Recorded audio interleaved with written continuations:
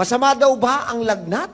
At pwede itong mag-cause ng damage sa brain at pwedeng atakihin at sigurado masama ito sa aking anak. Okay, kasagutan, facts. Ang lagnat ay isang protective mechanism at senyales na ang ating immune system ay gumagana. Lagi ko itong nakukwento dati, ang lagnat ay hindi isang uri ng sakit, kundi senyales na ang immune system ay nagre-reproduce ng heat.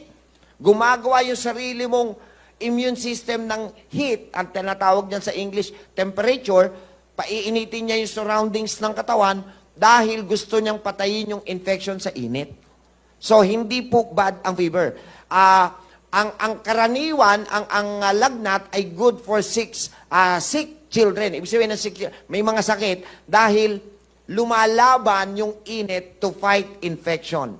At ito po, ang pinaka-importante, fever can never cause brain damage. Oh, ang galing. Wala rin seizure.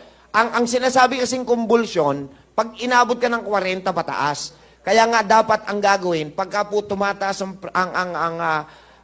lagnat, di ba nilalagyan, narinig nyo na yung o kaya, sa mga Patch, bata, sa mga cold patch, sa mga bata, ewan ko kung natatandaan nyo to, nilalagyan nyo ng bulak na malamig, saan? Kilikili. Kilikili, tsaka? Sa singit. Bakit? To keep the temperature, yung init ng temperature, nandun lang sa loob ng katawan, hindi sumingaw.